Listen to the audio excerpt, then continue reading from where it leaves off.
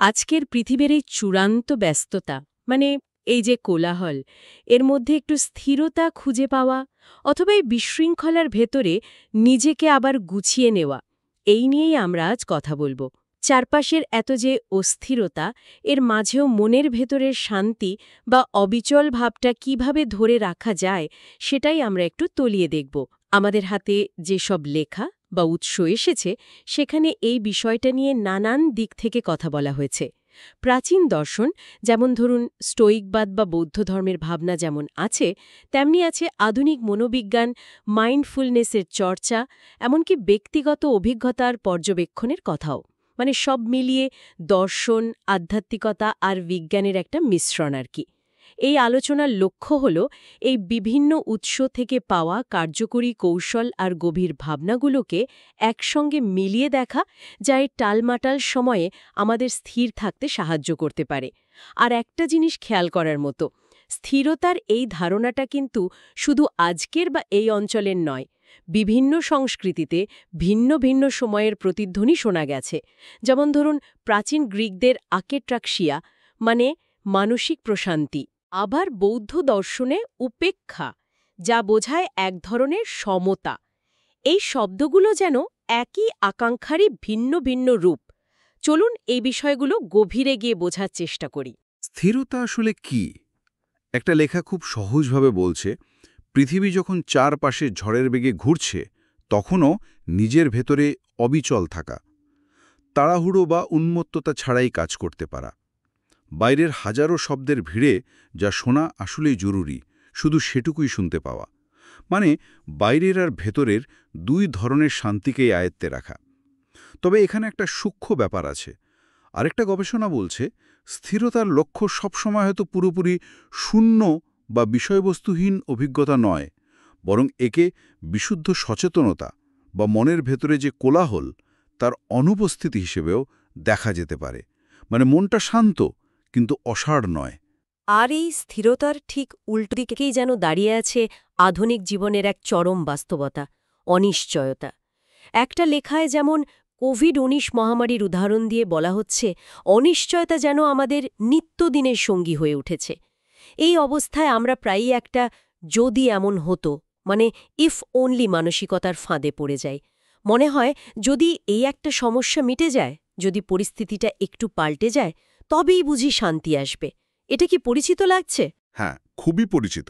আর এখানেই নিশ্চিততার ধারণাটাকে একটু অন্যভাবে দেখার সুযোগ তৈরি হয়। একটা উৎস যেমন বলছে, নিশ্চিততা মানে হয়তো ভবিষ্যতের সবকিছু আগে থেকে জেনে ফেলা নয়, বরং অনিশ্চয়তার মধ্যেই নিজের ভেতরে একটা শক্ত ভিত্তি খুঁজে পাওয়া, মানে বর্তমানে স্থির থাকতে পারা। বাইরের পরিস্থিতি যাই হোক না কেন, ভেতরে স্থিরতাটা ধরে রাখা। এই ভাবনাটা কিন্তু প্রাচ্য আর পাশ্চাত্য দুই দর্শনেই পাওয়া যায়, তবে একটু ভিন্ন রূপে। যেমন ধরুন, বৌদ্ধ দর্শন দুঃখের মূল কারণ হিসেবে অনিত্যতা মানে সবকিছুই পরিবর্তনশীল, এবং অনাত্মা মানে কোনো স্থায়ী আমি নেই, এই বিষয়গুলো না বোঝা বা অবিদ্যাকে চিহ্নিত করে। অন্যদিকে স্টোয়িক দর্শন শেখায় আমাদের যা নিয়ন্ত্রণে নেই তা মেনে নিতে, এবং যা নিয়ন্ত্রণে আছে অর্থাৎ আমাদের বিচারবুদ্ধি, প্রতিক্রিয়া এবং সদ্গুণ, সেগুলোর ওপর মনোযোগ দিতে। দুটো পথেরই লক্ষ্য কিন্তু ভেতরের শান্তি। তার মানে পরিস্থিতি বদলানোর অপেক্ষা না করে নিজের ভেতরে স্থিরতা তৈরি, কিন্তু সেটা করব কিভাবে? শুরুটা কি মানসিকতার পরিবর্তন দিয়ে? যেমনটা স্টোয়িক দার্শনিক এপিটেকটাস বলেছিলেন, কোনটা আমাদের হাতে আছে আর কোনটা নেই সেটা বুঝতে শেখা। যা নেই তা নিয়ে বৃথা শক্তি ক্ষয় না করে নিজের চিন্তা, কাজ আর প্রতিক্রিয়ার উপর মনোযোগ দেওয়া। এটা শুনতে সহজ লাগলেও বাস্তবে করাটা নিশ্চয়ই কঠিন। কঠিন তো বটেই, তবে অসম্ভব নয়। এটা একটা অভ্যাসের ব্যাপার। এই মানসিকতা তৈরির পাশাপাশি কিছু নির্দিষ্ট অনুশীলনও খুব কাজে দেয়। এগুলোকে কয়েকটা ভাগে ভাগ করে দেখলে বুঝতে সুবিধে হবে। প্রথমত বলা যায় মননশীল প্রতিফলন বা মাইন্ডফুল রিফ্লেকশন। এর মধ্যে একটা দারুণ উপায় হল জার্নালিং। মিশেল ফুকো একে বলেছিলেন আধ্যাত্মিক যুদ্ধের অস্ত্র। ও, অ্যান ফ্র্যাঙ্কো তার ডায়েরি লিখতেন চরম অস্থিরতার মধ্যে। একটা উৎসে বলা হয়েছে, সকালে উঠে জার্নাল লিখলে দিনের শুরুতেই মনের ভার অনেকটা হালকা হয়ে যায়। এটা অনেকটা মনের আবর্জনা বের করে ফেলার মতো আর কি। স্টোয়িকরাও আত্মপরীক্ষার উন্নতির জন্য নিয়মিত জার্নালিং করতেন। জার্নালিংয়ের পাশাপাশি আরেকটা মানসিক কৌশলের কথা বলা হয়েছে, যখন কোনো কঠিন অনুভূতি আসে, যেমন ভয় বা উদ্বেগ, তখন সেটাকে তাড়ানোর চেষ্টা না করে বরং মনের মধ্যে তার জন্য একটু জায়গা তৈরি করা। মনে মনে বলা, আচ্ছা, এই অনুভূতিটাও এখন আমার সাথে থাকতে পারে। এটা অনেকটা অ্যাকসেপ্টেন্স বা মেনে নেওয়ার মতো, তাই না? অস্বস্তিকর অনুভূতিটাকে স্বীকার করেও স্থির থাকা। একদম তাই। দ্বিতীয় ধরনের অনুশীলনকে আমরা বলতে পারি শারীরিক বা বাস্তব সংযোগ স্থাপন বা এমবডিড প্রেজেন্স। অনেক সময় যখন মনে হয় কিছুই নিয়ন্ত্রণে নেই, তখন খুব ছোট কিন্তু অর্থপূর্ণ কোনো কাজ করা মানসিক শক্তি যোগায়। যেমন ধরুন, প্রিয় কাউকে ফোন করা, কয়েকবার মন দিয়ে গভীর শ্বাস নেওয়া বা নিজের টেবিলের একটা কোণ একটু গুছিয়ে রাখা। এই ছোট ছোট কাজগুলো আমাদের মধ্যে একটা কর্তাসত্ত্ব বা এজেন্সির অনুভূতি ফিরিয়ে আনে। মনে হয়, হ্যাঁ, আমি কিছু একটা করতে পারি। এই প্রসঙ্গে হাঁটার কথাও তো বেশ গুরুত্ব দিয়ে বলা হয়েছে, তাই না? নিৎসে, টেসলা, হেমিংয়ের মতো মানুষরাও নাকি হাঁটার মধ্যে চিন্তার স্বচ্ছতা খুঁজে পেতেন। শারীরিক নড়াচড়া কি সত্যিই মানসিক জট খুলতে সাহায্য করে? অবশ্যই করে। হাঁটা বা যে কোনো পছন্দের শারীরিক কাজ, এমনকি শখের কাজগুলো, যেমন চার্চিল ছবি আঁকতেন বা গ্ল্যাডস্টোন গাছ কাটতেন, এগুলো আমাদের শরীরকে ব্যস্ত রাখে আর মনকে কিছুটা মুক্ত করে দেয়। এর সাথে যুক্ত করা যায় প্রকৃতির সৌন্দর্য পর্যবেক্ষণ।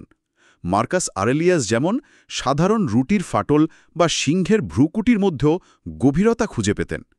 চারপাশে পৃথিবীকে একটু মনোযোগ দিয়ে দেখলে সেখানেও স্থিরতা খুঁজে পাওয়া যায়। ইভেন কি কিছু উৎস সেন্সরি কন্ট্রাস্টের মতো কৌশলের কথাও বলছে, যেমন হঠাৎ করে হাতে বরফ ধরা বা তীব্র কোনো গন্ধ শোকা। আচ্ছা, এটা জোর করে আমাদের মনোযোগ বর্তমানে ফিরিয়ে আনে। বেশ আকর্ষণীয় কৌশল। তাহলে মননশীল প্রতিফলন, শারীরিক সংযোগ, এরপর আর কি ধরনের অনুশীলন সাহায্য করতে পারে? তৃতীয়ত বলা যায় মনোযোগ কেন্দ্রীভূত করার অনুশীলন বা ফোকাসড অ্যাটেনশন। এর মধ্যে সবচেয়ে পরিচিত হল ধ্যান বা মেডিটেশন। স্টোইকরা যেমন প্রতিচ্ছবিমূলক ধ্যান করতেন, তেমনি বৌদ্ধ ধ্যান বা টিএম চর্চা করা হয় মনকে শান্ত করার জন্য।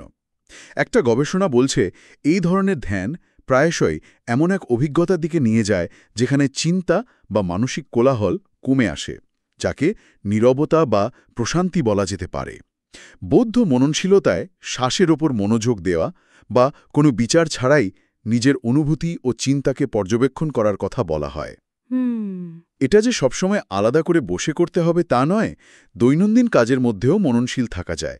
এমনকি খুব ছোট করে দিনে কয়েকবার শুধু ৩টি গভীর শ্বাস নেওয়ার অভ্যাসও মনকে স্থির করতে পারে। বই পড়ার কথাও তো ছিল, তাই না? ডোরোথি ডে বা উইলিয়াম অসলোরের মতো মানুষেরা বইয়ের মধ্যে শান্তি খুঁজে পেতেন। এটাও কি এক ধরনের মনোযোগ কেন্দ্রীভূত করার উপায়? অবশ্যই। বই পড়া হল চাহিদা অনুযায়ী স্থিরতা পাওয়ার একটা চমৎকার উপায়। এটা আমাদের বাইরের কোলাহল থেকে সরিয়ে এনে একটা অন্য জগতে নিয়ে যায়, যেখানে আমরা নিজেদের ইচ্ছামতো ডুব দিতে পারি।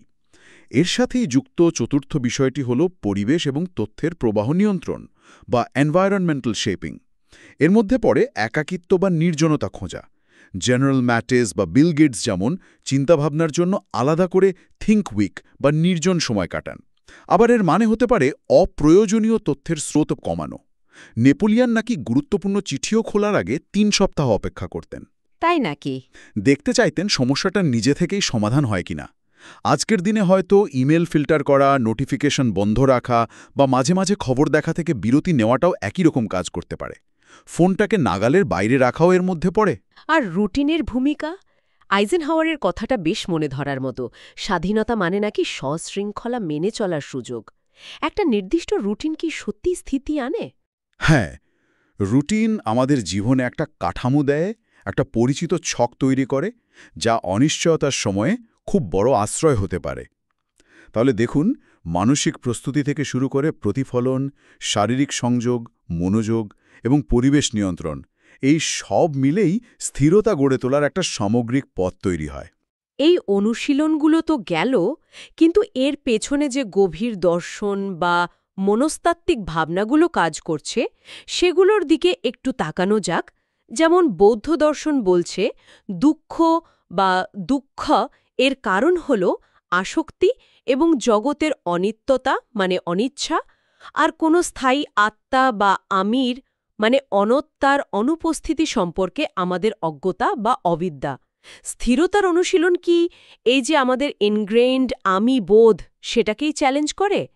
একটা উৎস তো প্রেইং ম্যান্টিস বা কাস্তে পোকার স্থিরতার সাথে তুলনা করেছে, যা দেখতে অনেকটা মৃত্যুর মতো। তাহলে কি মানসিক স্থিরতা অর্জন করাও এক ধরনের মৃত্যু? হয়তো অহংকারের মৃত্যু বা ইগো ডেথ? এটা নিয়ে একটু খুলে বলবেন? খুব ইন্টারেস্টিং একটা প্রশ্ন। ইগো ডেথ শব্দটা হয়তো একটু নাটকীয় শোনায়, তবে এর মূল ভাবনাটা হলো আমাদের স্বাভাবিক অহংকেন্দ্রিক দৃষ্টিভঙ্গি থেকে বেরিয়ে আসা। স্থিরতার গভীরে গেলে যখন মনের ভেতরের অবিরাম ধারাভাষ্য বা সেলফ টক শান্ত হয়ে আসে, তখন আমি কেন্দ্রিক চিন্তাগুলো ফিকে হয়ে যেতে পারে। এটা মৃত্যুর মতো নয়, বরং একটা মুক্তির মতো। ক্ষুদ্র আমির সীমাবদ্ধতা থেকে বৃহত্তর কিছুর সাথে সংযোগ অনুভব করা। তবে হ্যাঁ, বৌদ্ধ দর্শন অনুযায়ী এই মায়াময় আত্মবোধই দুঃখের অন্যতম মূল। তাই স্থিরতার অনুশীলন সেই বোধকে শিথিল করতে সাহায্য করে। এই প্রসঙ্গে আত্মসার্বভৌমত্ব বা সেলফ সভারেন্টি আর স্থিতিস্থাপকতা বা রেজিলিয়েন্সের ধারণাগুলো নিশ্চয়ই গুরুত্বপূর্ণ। বা কর্তৃত্ব পুনরুদ্ধার করা, নিজের প্রয়োজন বোঝা, সুস্থ সীমারেখা তৈরি করা এবং নিজের আবেগ ও আচরণকে নিয়ন্ত্রণ করতে শেখা। এটা অন্যের উপর নির্ভরশীলতা কমিয়ে নিজের ভেতরের শক্তির উপর আস্থা বাড়ায়। আর স্থিতিস্থাপকতা বা রেজিলিয়েন্স হলো কঠিন পরিস্থিতি বা ধাক্কার সামলে আবার উঠে দাঁড়ানোর ক্ষমতা। ডক্টর কেনেথ জিন্সবর্গের 7টি সি এর মডেলে এর উপাদানগুলো বলা হয়েছে। কম্পিটেন্স মানে সক্ষমতা, হ্যাঁ, আমি পারি। কনফিডেন্স মানে আত্মবিশ্বাস, কানেকশন মানে সংযোগ, ক্যারেক্টার বা চরিত্র, কন্ট্রিবিউশন বা অবদান, কোপিং বা মোকাবেলা করার ক্ষমতা এবং কন্ট্রোল বা নিয়ন্ত্রণ। এর মধ্যে ধরুন কম্পিটেন্স আর কন্ট্রোল এই দুটো তৈরি হলে স্বাভাবিকভাবেই ভেতরের স্থিরতা বাড়ে। মজার ব্যাপার হলো স্টোয়িক দর্শন যে 4টি প্রধান সদ্গুণের প্রজ্ঞা, সাহস, ন্যায়বিচার, সংযম ওপর জোর দেয়, সেগুলোও কিন্তু এই স্থিতিস্থাপকতা তৈরিতেই সাহায্য করে। আরেকটা তত্ত্বের কথাও এসেছে, ক্যাওস থিওরি বা বিশৃঙ্খলা তত্ত্ব। এটা বলছে জীবন বা কেরিয়ার অনেকটা আবহাওয়ার মতো, আগে থেকে বলা যায় না কখন কি হবে। এই তত্ত্ব কি আমাদের স্থির থাকতে সাহায্য করতে পারে, নাকি আরও উদ্বেগ্ন করে তোলে?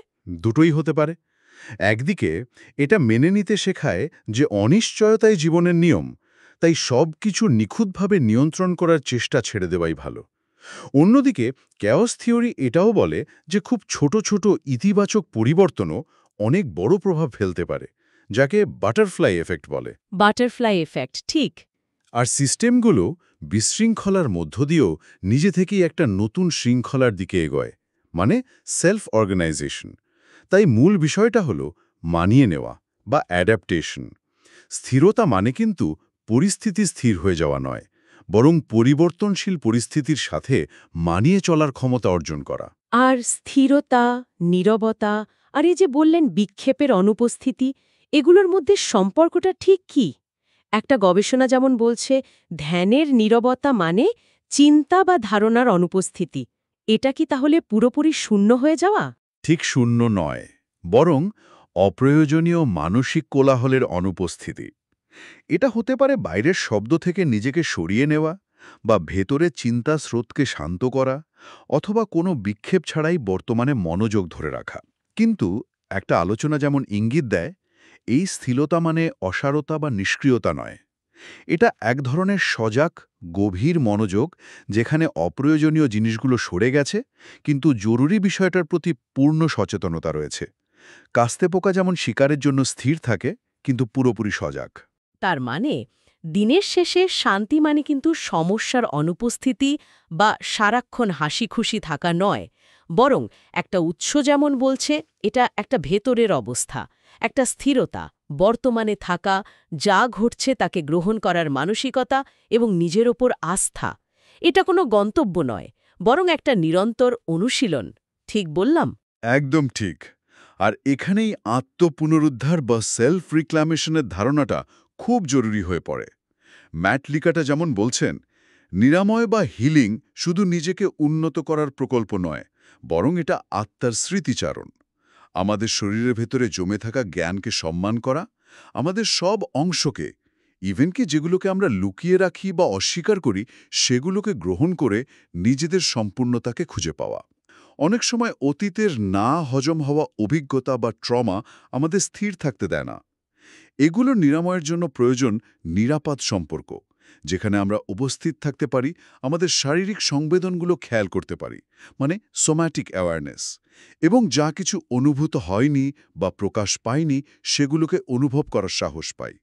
নিরাময়ের জন্য তাই সম্পর্ক আর সোম্যাটিক সচেতনতা, মানে শরীরের অনুভূতির প্রতি মনোযোগ দেওয়া খুব জরুরি। তাহলে পুরো আলোচনাটাকে যদি এক জায়গায় আনি, স্থিরতা অর্জনের জন্য কয়েকটা মূল বিষয় উঠে আসছে।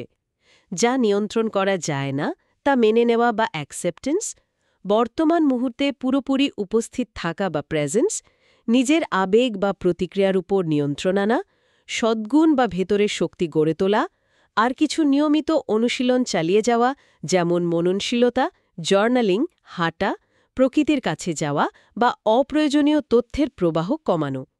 আজকের এই আলোচনা থেকে আমার কাছে সবচেয়ে বড় যে ভাবনাটা রয়ে গেল তা হল স্থিরতা মানে জীবনের ঝড়ঝাপটা থেকে পালিয়ে যাওয়া নয়, বরং দর্শন, মনোবিজ্ঞান, আধ্যাত্মিকতা আর মননশীলতার চর্চা থেকে পাওয়া জ্ঞান আর কৌশল ব্যবহার করে সেই ঝড়ের কেন্দ্রেই নিজের জন্য একটা শান্ত নোঙর খুঁজে নেওয়া। একেবারে।